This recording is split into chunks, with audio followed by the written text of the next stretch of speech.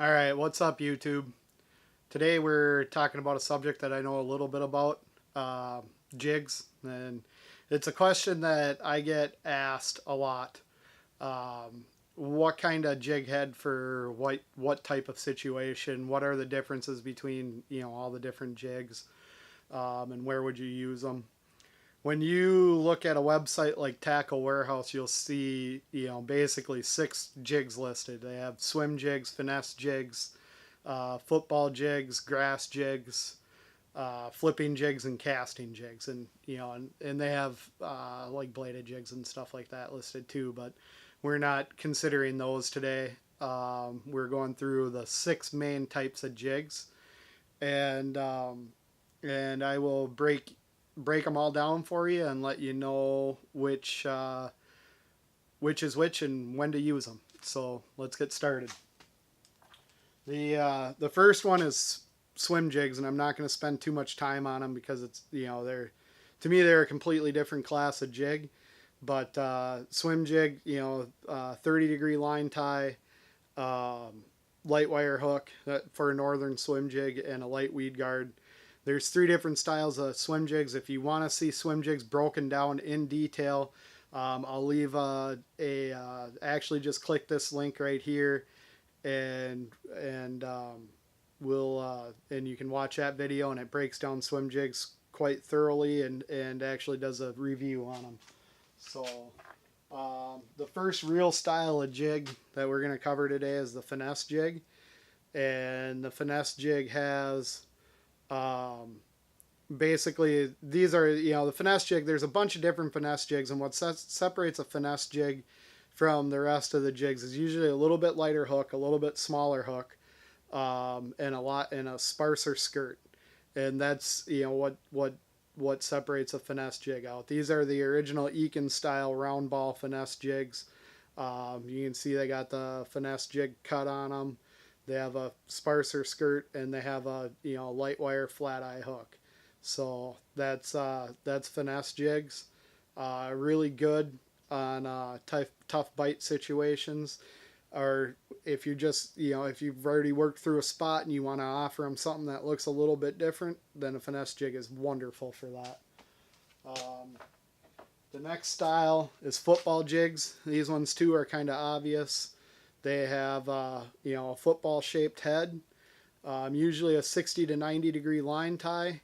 That means the line tie is going to come out at a 60-degree angle, or straight up at a 90-degree angle. They have a weed guard, and a medium to heavy wire hook. I got two different. This one's here is a Picasso. We'll talk about this one a little bit. It's got a nice sweat back weed guard. Doesn't really impede your hook set at all, and it's kind of a medium to thick wire hook. The thing about football jigs where they excel is gravel, rock, even like if you're working a hard bottom area that's got stumps or like a creek turns or whatever, and you got a lot of line out and you're fishing deep. The thing about a football jig is there's a lot of bottom contact area. So when you're dragging this along the bottom and it contacts something, it flips up. And it just looks like a craw naturally, going along the bottom.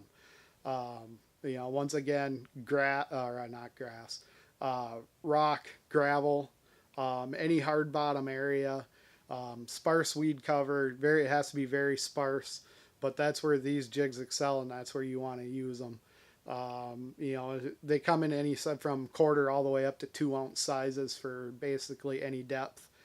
I fish them a lot in rocky rivers for smallmouth, and they excel at around the rocks, not getting hung up, and just giving you a more natural presentation on the water. The next three are kind of where the water gets muddy, and for me, when I think flipping jig, because I live in Minnesota and most of the cover that we're fishing, it's grass. So when I think flipping jig, I actually think of a grass jig. But you can see I got two different styles of grass jigs here. Their grass jig is set apart by the 30-degree line tie. The hook eye is coming right out of the front of the jig. They have a nice stout hook, and a swept back weed guard that that gives you a nice angle, because when you're fishing grass, 90% of the weeds that you get caught on are going to get caught right at this little junction here between the base of the weed pin and the lead head. So what you want is one that's swept back. You don't want one that's standing up like this, because that's going to give you too much of an angle to pull through the grass. So this particular one right here is an RTX, a Outcast RTX jig. They have a a really stout hook, and they have the 30-degree line tie, the nice swept back weed guard. And to me, this is the quintessential grass jig. It's my, it's the quintessential flipping jig. It comes through grass great. A lot of people want a flat bottom on their jigs for, so they lay flat on the bottom. The thing about that is you're not fishing concrete. You're not fishing a tabletop. A lot of the times, like if you're fishing pads or, an area like that, it's a mud bottom, it's a soft bottom, and that jig is going to hit the bottom and it's going to stick. And it's going to either sit up or lay down. I don't really care if they lay down, because when I'm fishing a grass area, they really don't lay on the bottom too long. So I don't look for the flat spot on my grass jigs, but if you do, and that's what gives you confidence in your jig, then, there's a ton of jigs out there that are, real grass jigs that have a flat spot on the bottom for your jig to lay flat on the bottom. So just look through Tackle Warehouse or Land Big Fish or wherever and pick your jig. Just make sure it's got the 30-degree line tie, the big hook, and the swept back weed guard, and you'll be good in grass. The next style of jig would be a flipping jig. If you look at Tackle Warehouse's website, and they'll have grass jigs and then flipping jigs. When they're saying flipping jig, you can see the breath coming out of my mouth. I had to turn the heater off in here. So, oh.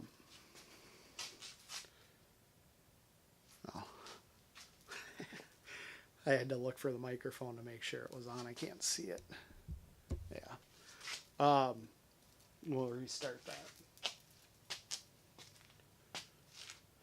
The next style of jig is a flipping jig. When you look at a website like Tackle Warehouse and they have their jigs all broken down for you, and it says grass jigs and then flipping jigs, what they're talking about is jigs that are built for wood flipping cover. Obviously, they muddy the waters a little bit and throw grass jigs in there and whatever, blah, blah, blah. But the main jigs in that category are wood flipping jigs. And what sets a wood flipping jig apart from a grass jig is it'll have, like, this is an Arky style jig. It'll have wider sides on it. And what that is meant for, so like say my finger is a twig. So when it contacts that finger, it deflects off of it. So you can see the sides are nice and wide, and it causes deflections off of branches and whatever else. And in theory, it's supposed to keep your hook, the business end of your hook, out of the branches. They do a pretty good job on it. They obviously you're going to lose some jigs if you're fishing heavy wood cover, but the wider style jigs are the best. An Arky style jig was built for fishing wood cover. But when they say flipping jig, usually they're going to be a little bit wider. They're going to probably have a flatter bottom for sitting on the bottom. And they're going to have a stout hook, because when you're flipping, you don't have a lot of line out.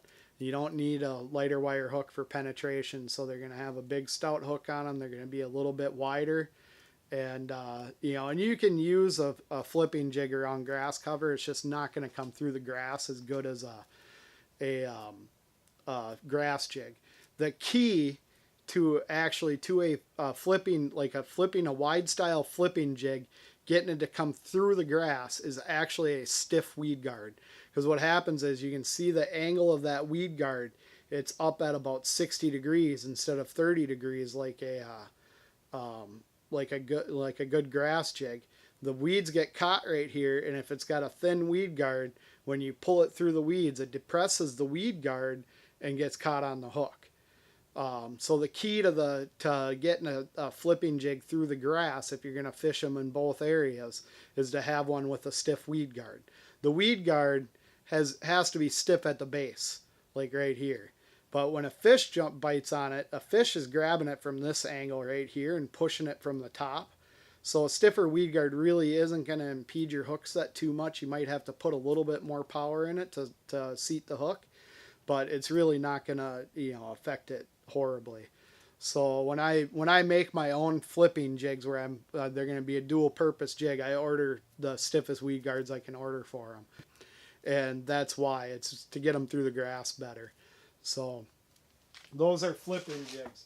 Now this is where the water gets really muddy and everybody says, oh, there's not a difference between a casting jig and a flipping jig and whatever, blah, blah, blah. But there is. Like you can see, this is an Arky style jig. Same style of jig that I just showed you for a flipping jig. It's got the, the same amount of strands in the skirt. It's got a lighter weed guard. It's not near as stiff as it. It doesn't take hardly any pressure. And it's got a light wire hook. The reason for the light wire hook and the lighter weed guard is like, say you're working a weed line, and you got a weed line that's heading out from you and you're taking long casts and you're working that weed line back trying to cover water, or you're working a creek edge, and you're taking long casts and you're just dragging the jig back to you on the bottom trying to cover a little bit more water. Like say you take a long cast and then you let line out, you let that jig fall vertically, and then the jig sits in, say 15 feet of water on the bottom. You probably have 70, 80 yards of line out. If you're using a 1/2 ounce jig and you're just flinging it out there with a 7 foot 2, medium heavy, you probably have 70, 80 yards of line out. So, I mean, you have a ton of line out. And then if you're using a flipping jig, you have that big, huge hook and a fish grabs it and you reel down and you just crank that hook set and come back with nothing. It's because you didn't get enough power into your hook set to seat that big, huge hook in, like in the fish's crushers or in the top of their jaw. If they just bit it and you can get them in the corner of the lip. But to get a better hookup ratio, you need that light wire hook. So that's the reason for the light wire hook. It's for better hookup ratios.